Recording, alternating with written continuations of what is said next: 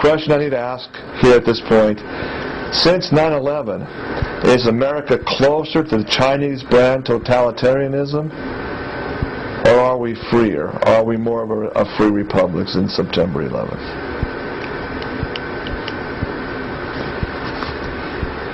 Folks, the fact of the matter is, there are evil men that conspire in the world to rule the world and to dominate it.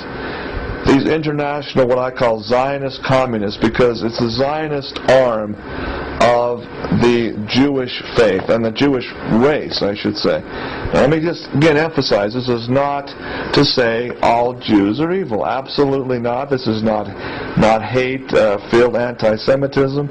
But even honest Jews will have to admit that a certain extremist segment of their race and their culture are known as Zionists. They have in their mind and in their heart the willingness, the goal to dominate and rule the world, and in doing so, to decrease the world population in massive amounts.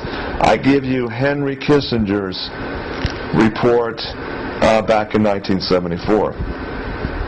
I would submit, folks, that the Republic of America just cannot coexist with such a diseased mindset. These men know this, so America must be cleansed before it is conquered. And folks, the New World Order cannot become reality as long as America is a superpower. So how can this cleansing best be done? I would submit that a natural pandemic that sickens and kills half of the American population, specifically the young men and women of America, would be a perfect first step in their godless plan. I give you the Zionist New World Order Guidstones located just outside of Atlanta, Georgia. Here's a picture of these monolithic guidestones, as they're called. Here is what these guidestones give us. They give the New World Order blueprint. It's what they hope to see accomplished for their plan for Mother Earth, the planet Earth, the goddess Gaia, as they call it. The future world vision consists of a set of 10 guidelines or principles, as engraved on the Georgia Guidstones, in 8 different languages, one language on each face of the 4 large upright stones. Moving clockwise around the structure from due north, these languages are first English, then Spanish, Swahili, Hindu, Hebrew, Arabic, ancient Chinese, and Russian. The message in English reads, quote, Number 1 Guidestone. To maintain humanity under 500 million in perpetual balance with nature. Number 1 guideline on the Guidestone. Then they want to guide reproduction wisely. In other words, they want to make sure that humans breed correctly. Third, unite humanity with a living new language. They want a one world language. Fourth, to rule passion, faith, tradition, all things with tempered reason. They want to rule. Fifth, protect people and nations with fair laws and just courts. Sixth, let all nations rule internally, resolving external disputes in a one world court. Seventh, avoid petty laws and useless officials. Seventh, balance personal rights with social duties.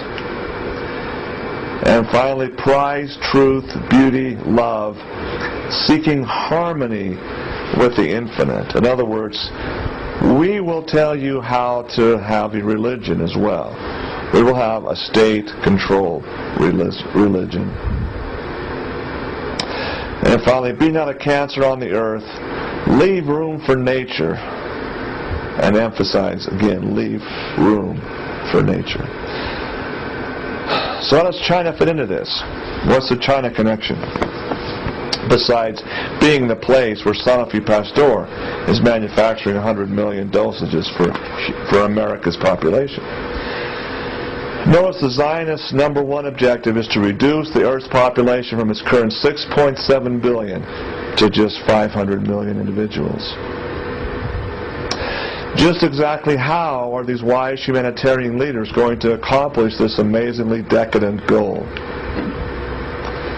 I would ask you, would they hesitate to use a well-documented biological agent, such as the 1918 pandemic influenza virus, to achieve their desire for rule? Again, let me reemphasize, Dr. Jeffrey Taubenberger's team at Fort Detrick that recreated that terribly deadly 1918 virus, Taubenberger, his funds came primarily from the Rockefeller Foundation. The same group of people that have erected the Georgia Guidstones. We have them showing the people what their plan is, and on the other hand, covertly preparing the means to cleanse the earth, recreating the perfect biological weapon. Would these people seek to camouflage their newly resurrected 1918 virus, their super biological weapon, and blame it on, but really truthfully, a benign emergent bird flu when it is deployed? How would they, in other words, how could they cover their tracks for this release of the 1918 pandemic again? They would need to have a scapegoat, an excuse, a camouflage. Would they use their Chinese lackeys to initiate the plot, just as they used them to build the intercontinental railroads in America in the 1880s? Well, I say yes, indeed. The China connection actually speaks. The following is the actual text, folks, of a speech delivered in December 2005 by Comrade Shi Haotian, the vice chairman of China's military commission, to China's top officers and generals in the military. Keep in mind, folks, that China has for many years advocated deceitful and covert warfare against its enemies. This is their modus operandi. There should be little question that a bird flu pandemic would deeply excite them. Don't also forget how they have poisoned thousands of American pets and knowingly placed lead paints on toddlers' toys. This wasn't done by accident, folks. It was done by design and to see what America would do against them. And you know what? Nothing has changed. The contracts still keep coming in. And we just kind of click our tongues and say, oops, we can't upset the Chinese. Because the Chinese have $1.4 trillion and counting of our T-bills, our Treasury bills. They can really do control the American economy in a very real way. Here's Defense Minister Hao Shen's speech. Let me just read it to you word for word. Let me tell you that I have confirmed this speech as being accurate from 3 separate independent sources. I guarantee you it is accurate.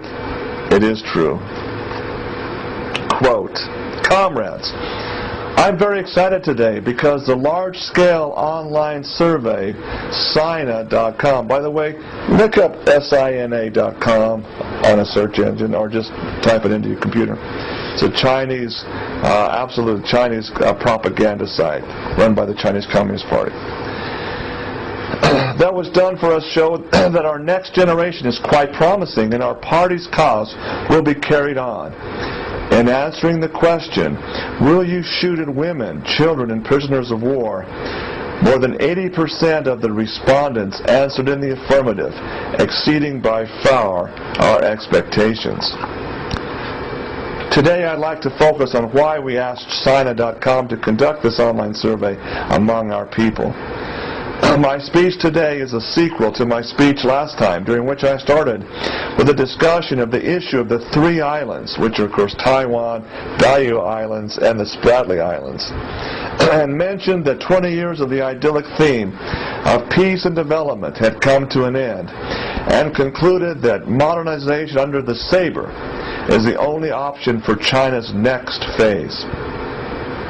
I also mentioned that we have a vital stake overseas. The central issue of this survey appears to be whether one should shoot at women, children, and prisoners of war, but its real significance goes far beyond that. Ostensibly, our intention is mainly to figure out what the Chinese people's attitude towards war really is. If these future soldiers do not hesitate to kill even non-combatants, they'll naturally be double